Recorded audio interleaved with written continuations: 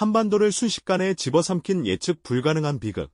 과연 이 끔찍한 전쟁을 누가 원했고, 또 우리는 왜 그 시작을 막을 수 없었던 걸까요? 광활한 역사 속 수많은 사건들 중에서도 유독 6.25 전쟁은 우리에게 깊은 질문을 던지고 끝나지 않은 상처로 남아있죠. 오늘은 바로 그 질문의 시작점으로 함께 떠나보려 합니다.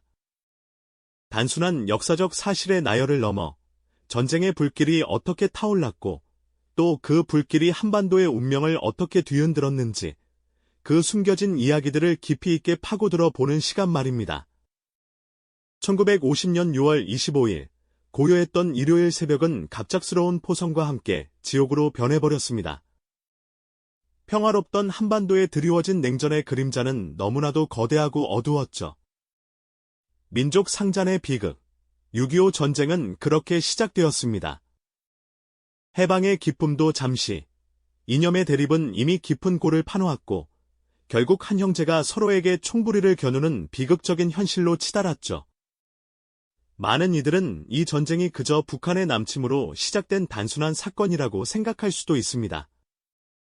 하지만 조금 더 깊이 들여다보면 그 이면에는 복잡한 국내외 정세와 각국의 이해관계, 그리고 잘못된 판단들이 얽히고 설켜 있었음을 알 수 있죠. 전쟁이 발발하기 직전의 한반도 상황을 한번 되짚어볼까요? 제2차 세계대전이 끝나고 일본의 식민 통치에서 벗어난 우리 민족은 새로운 희망에 부풀어 있었지만 동시에 미국과 소련이라는 두 거대 강국의 이념 대결 한가운데 놓이게 되었습니다. 북위 38도선은 단순한 지리적 경계가 아니라 자유민주주의와 공산주의라는 거대한 이념의 장벽이 되어 한반도를 남과 북으로 갈라놓았죠. 각자의 정부가 수립되고 서로 다른 체제를 지향하며 분단의 고착화는 돌이킬 수 없는 현실처럼 보였습니다. 남북 양측 모두 무력 통일을 꿈꾸는 세력이 존재했고 내부적으로는 불안정한 정치 상황과 사회적 혼란이 가중되고 있었습니다. 국지적인 충돌은 이미 38도선 곳곳에서 빈번하게 일어났고 긴장감은 극에 달해 있었죠. 마치 작은 불씨 하나로도 언제든 큰 불이 날 수 있는 마른 장작과도 같은 상황이었습니다. 그렇다면 국제사회는 이 모든 상황을 그저 수수방관하고 있었을까요? 안타깝게도 당시 국제정세는 한반도의 비극을 막기에는 역부족이었습니다. 유엔은 이제 막 출범하여 제 역할을 다하기에는 미숙했고 미국과 소련은 냉전이라는 거대한 대결 구도 속에서 한반도를 자신들의 영향력 아래 두려는 복잡한 계산을 하고 있었죠. 특히 1949년 미국의 에치슨 9 발표는 한반도를 미국의 극동 방위선에서 제외하는 듯한 인상을 주어 북한에게 남침을 감행할 수 있다는 오판을 하게 만들었다는 분석도 있습니다. 당시 북한은 소련과 중국의 지원 약속을 바탕으로 자신들의 무력 통일 계획이 성공할 것이라고 확신했던 것으로 보입니다. 남한 역시 북진 통일을 주장하는 목소리가 있었지만 군사력이나 국제적 지지 면에서 북한과는 비교하기 어려운 상황이었죠. 이처럼 한반도 내부의 이념 대결과 분단 상황, 그리고 외부 강대국들의 복잡한 이해관계와 잘못된 판단들이 한데 뒤섞여 결국 피할 수 없는 비극의 서막을 올리게 된 것입니다. 1950년 6월 25일 새벽, 북한군의 기습적인 남침은 그렇게 시작되었고 한반도는 삽시간에 전쟁의 소용돌이에 휘말렸습니다. 아무도 예측하지 못했던, 혹은 예측했지만 막을 수 없었던 거대한 비극의 문이 열린 순간이었죠. 우리는 이 전쟁의 시작점에서 과연 누가 이 비극을 원했고 또 왜 우리는 그것을 막을 수 없었는지에 대한 질문을 끊임없이 던져야 합니다. 그 질문의 답을 찾아가는 여정만이 우리가 다시는 이런 비극을 되풀이하지 않을 수 있는 유일한 길이니까요. 이제부터 우리는 그 숨겨진 이야기들을 하나씩 풀어가며 전쟁이 남긴 깊은 상흔과 교훈을 함께 탐색해 볼 것입니다. 이 이야기는 단순한 과거의 역사가 아니라 현재를 살아가는 우리에게 여전히 끝나지 않은 물음이자 미래를 위한 중요한 교훈을 담고 있다는 사실을 기억해 주시길 바랍니다.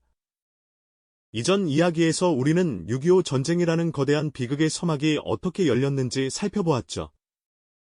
이제 그 문이 활짝 열리면서 고요했던 한반도가 어떤 경랑에 휩싸였는지 함께 들여다볼 시간입니다.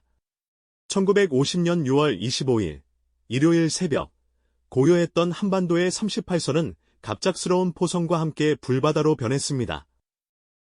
북한군은 소련제 탱크 T-34를 앞세워 파죽지세로 남하하기 시작했고 당시 제대로 된 장비조차 갖추지 못했던 우리 국군은 속수무책으로 밀려날 수밖에 없었죠.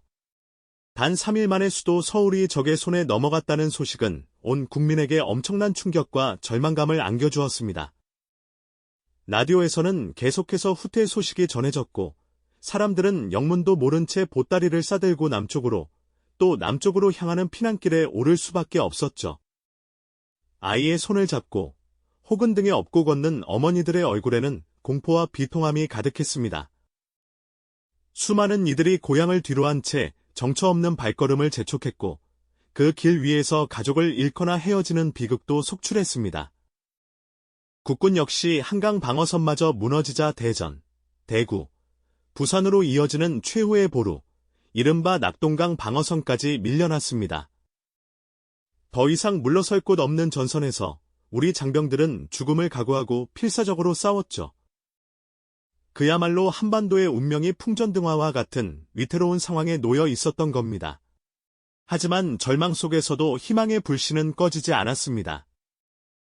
국제사회의 움직임도 분주해졌죠. 유엔 안전보장이사회는 북한의 침략을 규탄하고 회원국들의 참전을 촉구하는 결의안을 채택했습니다.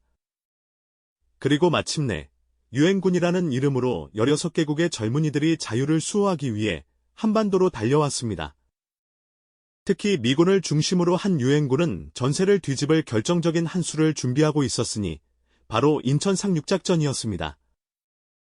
메가더 장군은 모두가 불가능하다고 여겼던 인천 상륙을 감행하자는 과감한 제안을 내놓았고 결국 그의 뚝심과 지휘 아래 1950년 9월 15일 전 세계를 놀라게 할 대규모 상륙작전이 성공적으로 펼쳐졌습니다.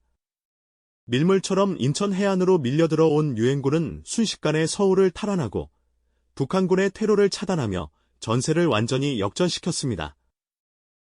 불과 석 달 만에 다시 태극기가 중앙청에 휘날리는 모습을 보며 서울 시민들은 감격의 눈물을 흘렸고 전국은 환호성으로 가득 찼습니다. 기세를 탄 국군과 유엔군은 38선을 넘어 북진을 계속했고 10월 말에는 압록강까지 진격하며 통일의 꿈이 눈앞에 펼쳐지는 듯했죠. 병사들은 압록강 물을 떠마시며 감격에 젖었고 이제 모든 비극이 끝나는 줄 알았습니다. 그러나 역사는 또다시 예측 불가능한 방향으로 흘러가기 시작했습니다. 국군과 유엔군의 진격은 중국의 심기를 건드렸습니다. 중국은 자신들의 안보를 위협받는다고 판단했고 1950년 10월 말 엄청난 규모의 중국인민지원군을 참전시키며 전장에 뛰어들었습니다.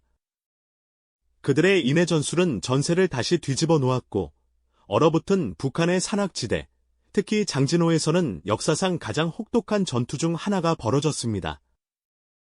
혹한과 굶주림 속에서 미 해병대와 유엔군은 중공군의 파상 공세에 맞서 처절한 사투를 벌였고 수많은 희생자를 냈습니다.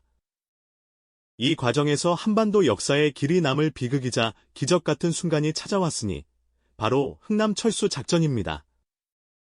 중공군의 포위망이 좁혀오자 흥남 부두에는 10만 명에 달하는 피난민과 유엔군, 국군이 고립되는 절체절명의 위기에 처했습니다.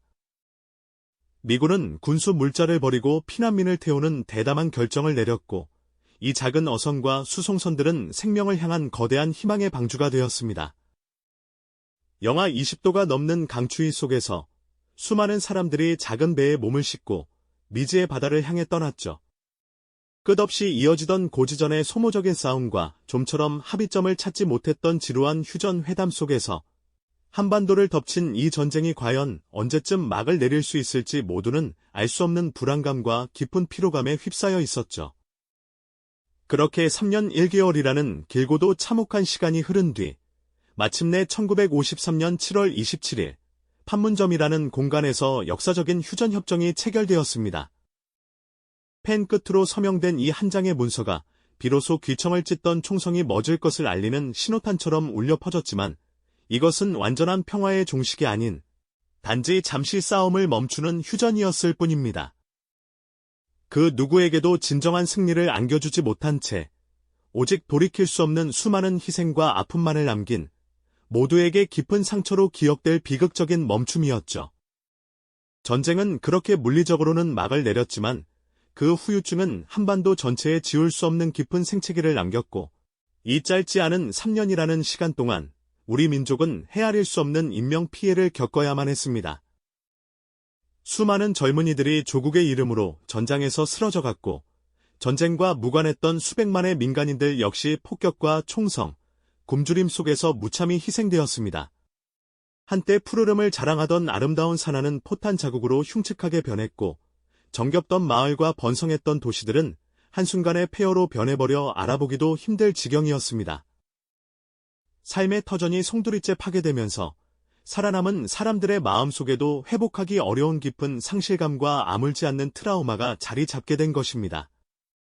무엇보다도 이 전쟁은 민족의 가슴에 씻을 수 없는 깊은 한을 새기며 수많은 이산가족을 영원히 갈라놓는 잔혹한 비극을 만들어냈습니다. 한날 한시에 피난길에 올랐던 가족들은 헤어지면 언제 다시 만날 수 있을지 기약 없는 이별을 맞이하며 뿔뿔이 흩어져야 했습니다. 고향을 등지고 정처 없이 떠돌아야 했던 실향민들은 평생 고향 땅을 그리워하며 망향의 한을 품고 살아가야 했고요. 이들은 휴전선이라는 거대한 물리적 장벽 앞에서 가족을 향한 그리움을 가슴에 묻은 채 살아가는 우리 민족의 아픈 자화상이자 현재 진행형 비극이 되었습니다. 이처럼 6.25 전쟁은 단지 물리적인 파괴를 넘어 우리 공동체의 근간을 흔들고 수많은 사람들의 삶을 송두리째 바꿔놓은 잔인하고도 참혹한 비극이었죠. 휴전은 또한 남과 북의 분단을 더욱 고착화시키는 결과를 초래했습니다. 한반도의 허리를 가로지르는 38선은 단순한 군사분 개선을 넘어 한민족을 영원히 갈라놓는 비극적인 경계선이 되었고 이는 냉전 시대에 첨예한 이념 대결을 상징하는 거대한 장벽으로 자리 잡게 됩니다. 서로 다른 이념과 체제를 대표하는 두 개의 한국은 그렇게 서로에게 날카로운 칼날을 겨눈 채 70년이 넘는 시간 동안 대치하게 되었죠. 전쟁의 상처는 개인의 삶뿐만 아니라 우리 사회 전반에 걸쳐 지울 수 없는 깊은 흔적을 남겼습니다. 국가는 막대한 전비로 경제는 피폐해졌고 사회 구조는 전쟁의 영향을 받아 재편되었으며 정치적 갈등은 더욱 심화되는 양상을 보였습니다. 이 모든 것은 인류 역사상 유례를 찾아보기 힘든 동족상잔의 비극이 남긴 스티슨 유산이 아닐 수 없습니다.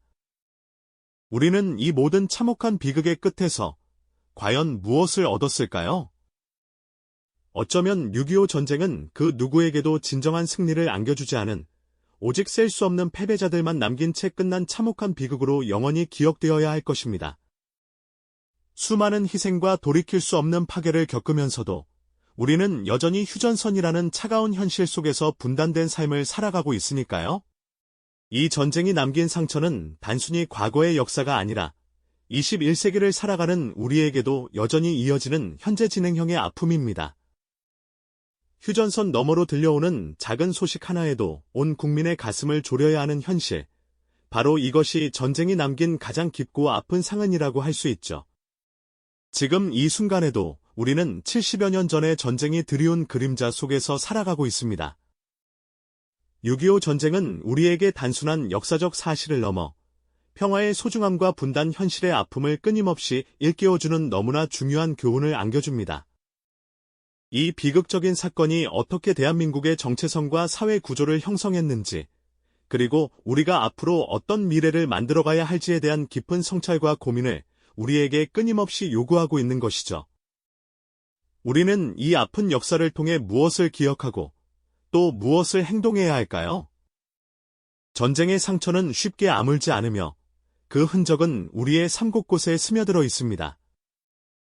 하지만 그 상처를 외면하지 않고 기억하며 성찰하는 과정은 우리에게 더 나은 미래를 향한 길을 제시해 줄 것입니다. 평화는 결코 저절로 찾아오지 않는다는 엄중한 사실을, 그리고 분단된 한반도가 진정으로 나아가야 할 길은 무엇인지에 대한 근본적인 질문을 우리 스스로에게 던져보아야 할 때입니다. 우리는 이 비극을 통해 무엇을 배웠고 앞으로 어떤 미래를 만들어가야 할까요?